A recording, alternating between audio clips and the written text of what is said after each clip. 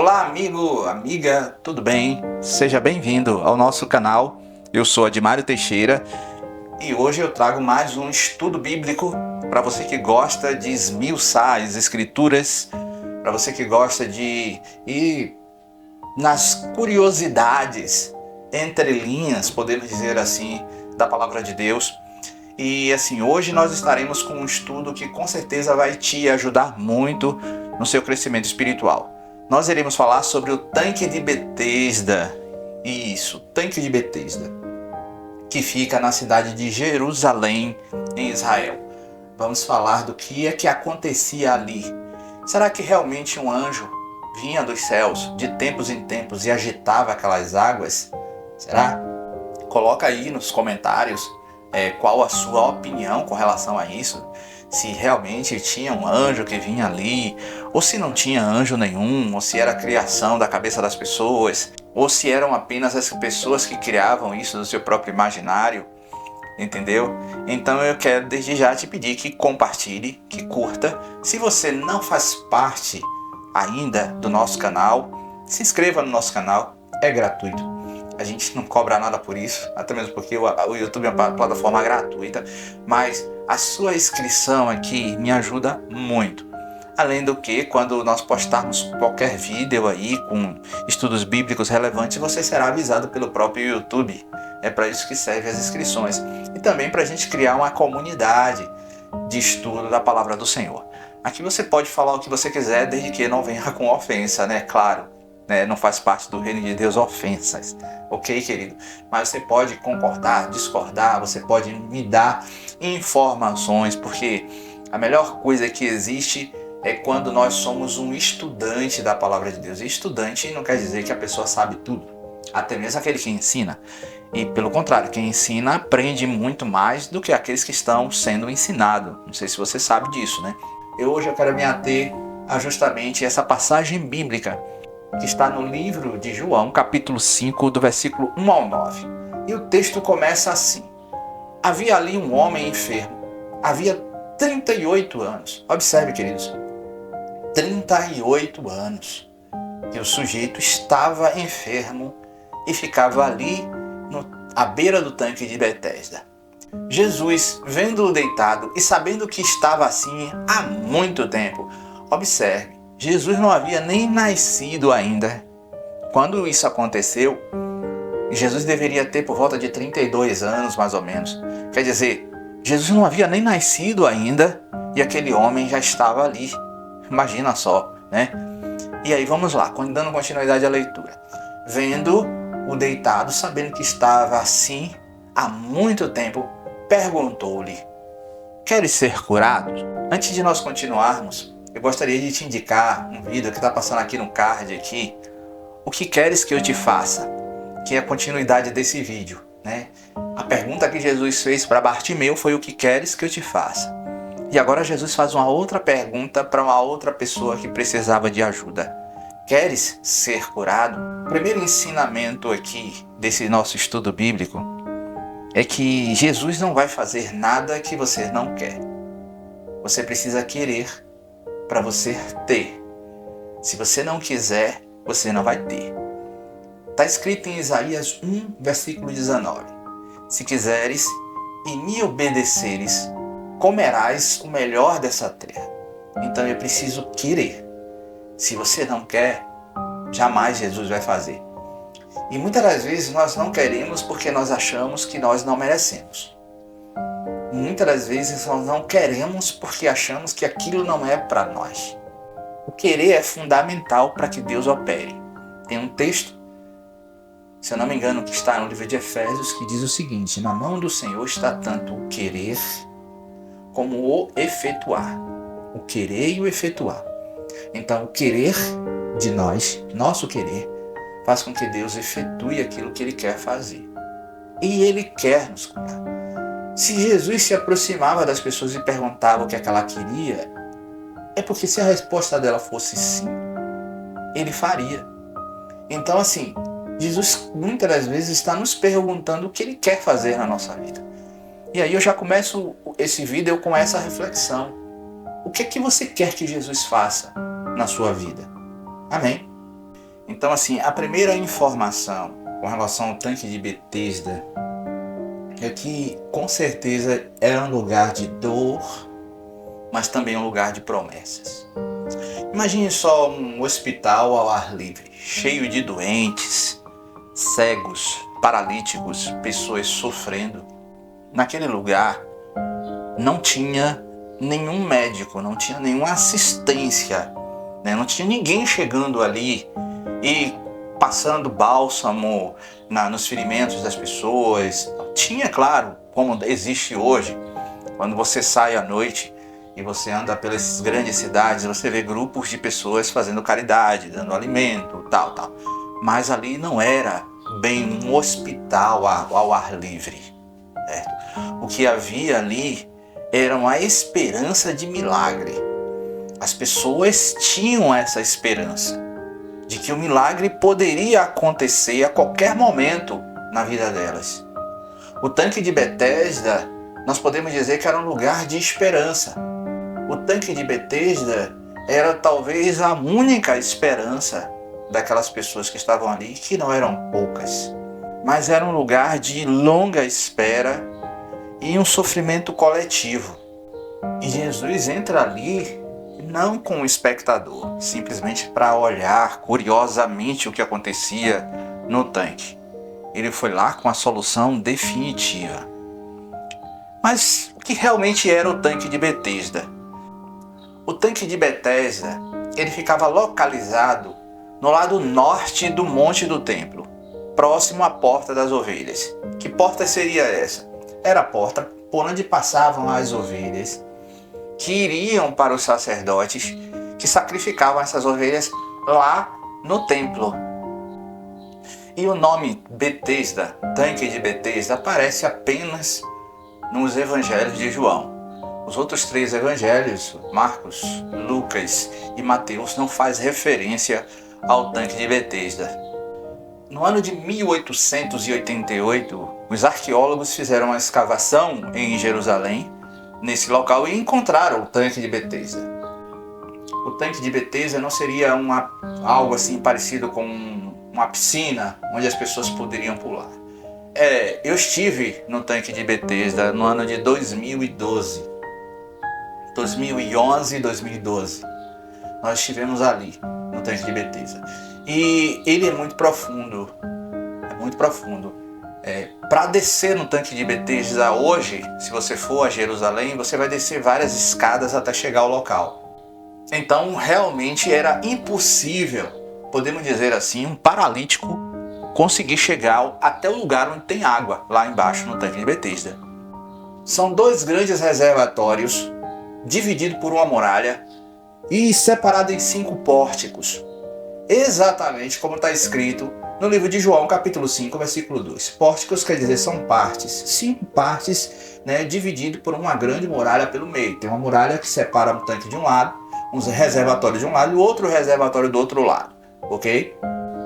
Durante muitos anos, né, os arqueólogos, as pessoas que estudavam a Bíblia, indo no local, indo em Jerusalém e escavando, procurando informações que viessem a validar o que a palavra estava escrita, principalmente nos evangelhos. Eles acreditavam que aquilo ali só se passava de uma fábula, que não havia acontecido. Muitos diziam que foi algo assim, uma ilustração que foi colocada na Bíblia. Mas quando eles encontraram justamente os escombros, os reservatórios, o tanque de Betesda foi descoberto pelos arqueólogos, esse ceticismo acabou. O mais curioso com relação ao tanque de Betesda está no versículo 4 do livro de João, no capítulo 5, que fala de que os anjos agitavam as águas.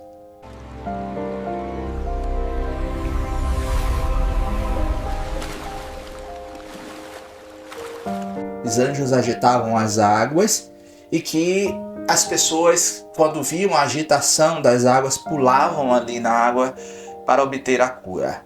Só que, queridos, não existe nenhum relato histórico, nem bíblico, de que alguém tenha obtido a cura pulando dentro da água. E há uma suspeita de que isso foi acrescentado aos manuscritos bíblicos tempos depois. Não no período, quer dizer, a história é verídica de que havia realmente uma pessoa ali, de que Jesus foi ali e curou aquele homem, mas a questão do anjo agitar a água, isso não há evidências.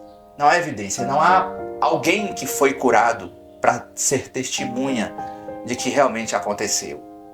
E se não eram os anjos que agitavam aquelas águas, como é que a água borbulhava? O que é que acontecia? O fenômeno da agitação da água provavelmente era real, provavelmente acontecia. E isso instigava as pessoas a acreditar de que o fenômeno era sobrenatural, não era algo natural.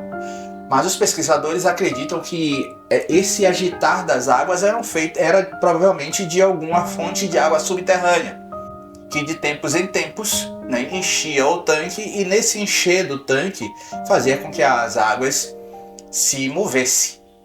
Mas também existe uma outra tese, que seria a tese de que aquela água, ou na verdade o tanque de Betesda, ele recebia as águas que vinham do templo, que era usado no templo. O templo de Herodes, né, ele tinha vários lados. Um dos lados, que é o lado oriental, ficava o Muro das Lamentações.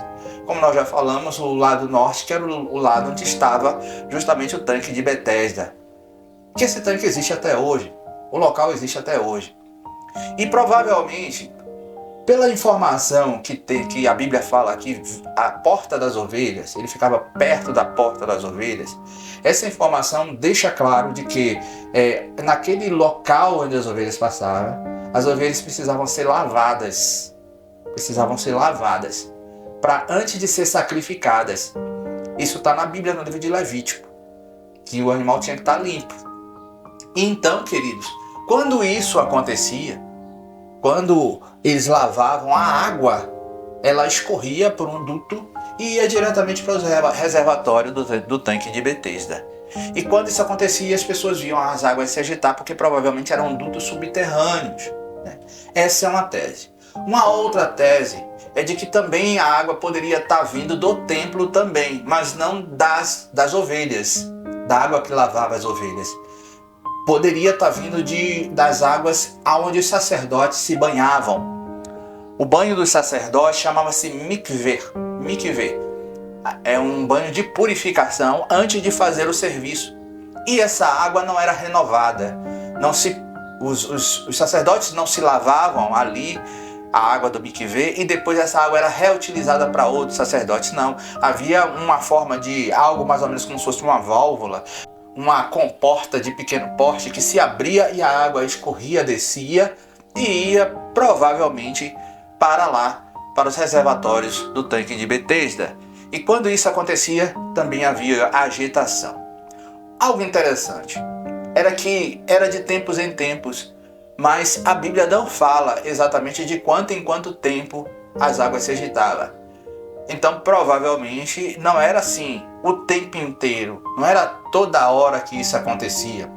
Provavelmente, se a agitação dessas águas viesse do banho do mikveh, poderia ser no Yom Kippur, que é o dia do perdão.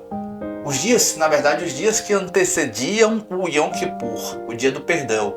Que nesse dia era o dia que o sumo sacerdote, o Kohen Gadol, entrava no Santíssimo Lugar, no Kodesh Kodeshim, para se servir a Deus. E ele precisava se purificar. Então provavelmente isso acontecia uma vez por ano. Então provavelmente uma vez por ano essas águas se agitavam. E as pessoas achavam que era o fenômeno justamente do anjo agitando as águas. E o que significa Betesda? A palavra Betesda. Todas as vezes que você vê na Bíblia uma palavra que comece com Bet, Bet é a segunda letra do alfabeto hebraico. Se você vê alguma palavra começando com Bet, Betesda, Betlehem e por aí vai, está falando de casa de alguma coisa. Então é Beit, que quer dizer casa, e Iresed, que quer dizer misericórdia, amor, compaixão, caridade, graça. E algo muito interessante com relação à palavra Resed é que Eresed é uma palavra, teologicamente falando, uma das mais importantes que nós encontramos na Bíblia. Ela é uma palavra riquíssima, que vem do hebraico, né? Que fala muito da lealdade de Deus, da bondade de Deus. Ela é uma palavra muito encontrada nos Salmos para falar do caráter de Deus. Um caráter de bondade, um caráter de misericórdia, conforme está escrito, por exemplo, no Salmo 23, né? Lá no final do Salmo 23, onde a Bíblia fala: certamente a bondade e a misericórdia me alcançarão, me acompanharão eternamente, né? A palavra ali no original hebraico seria Resed. O próprio apóstolo Paulo, falando a respeito da bênção apostólica, né? Quando nós encontramos a bênção apostólica, ela começa com essa palavra, a palavra Resed. Resed Adoneinu Yeshua HaMashiach, a graça do Senhor Jesus. Jesus o Messias. Amém? Então assim, Resed é uma palavra muito rica, muito poderosa, podemos dizer assim. Uma das coisas que é muito significativo para a gente aqui nesse estudo é entender que o tanque de Betesda ficava justamente do lado do centro religioso de Israel, Jerusalém. Do lado do grande templo, aonde tudo que se fala a nível de religião estaria ali. Religião quando se fala no Antigo Testamento e também no Novo Testamento.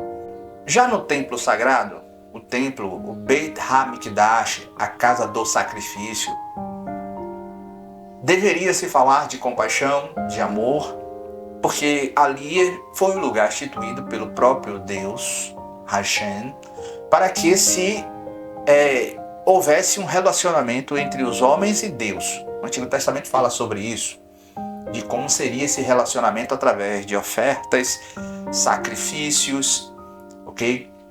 E logo ao lado nós encontramos a casa da misericórdia. Mas havia muito pouca misericórdia. As pessoas que viviam ali naquele lugar eram pessoas totalmente marginalizadas. Marginalizadas. E aí o Senhor Jesus Cristo aparece lá. Não com religião, porque a religião sabia que o povo estava ali e não fazia absolutamente nada. E a religião, ela sim estava presente. Porque o ato das pessoas ficarem esperando o milagre acontecer era um ato religioso. Mas, queridos, o amor não estava presente. O amor só apareceu ali através de uma pessoa, que é o próprio amor, o Senhor Jesus Cristo de Nazaré.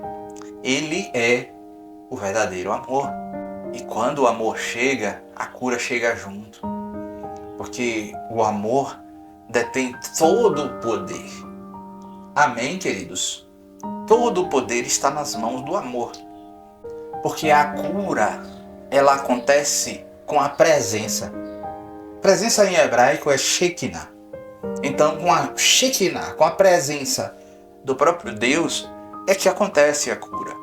Não acontece de outra forma. E para que haja cura tem que haver o amor tem que estar presente. Jesus não manda o homem ir para a água. Ele não disse assim: vou te ajudar a descer no tanque, entrar no tanque. Ele não fez nada disso. O que foi que ele falou? Levante, tome o teu leito e ande. Foi isso que Jesus falou. Uma palavra direcionada para aquela pessoa. Aquele homem que esperava um empurrão, alguém que lhe desse uma escada, ou que lhe colocasse, sei lá, em um elevador, aqueles elevadores feitos com corda, não, recebeu apenas uma palavra. Muitas vezes nossas vidas está tão difícil. A situação a gente não consegue encontrar saída para nada, a gente não vê, anda para um lado, anda para o outro, procura aqui, procura ali. Às vezes a gente não encontra resposta em lugar nenhum. Porque muitas das vezes a gente precisa de uma palavra. É por isso que todas as vezes que eu gravo um vídeo, eu peço para as pessoas compartilharem.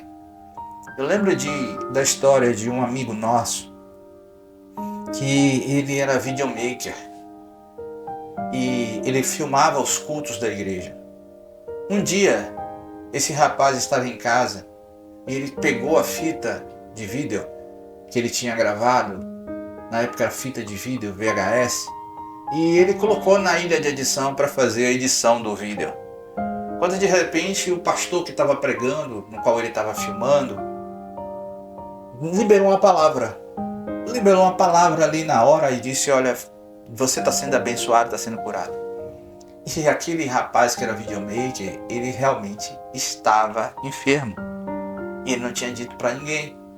E quando isso aconteceu, ele foi curado editando um vídeo de mensagem.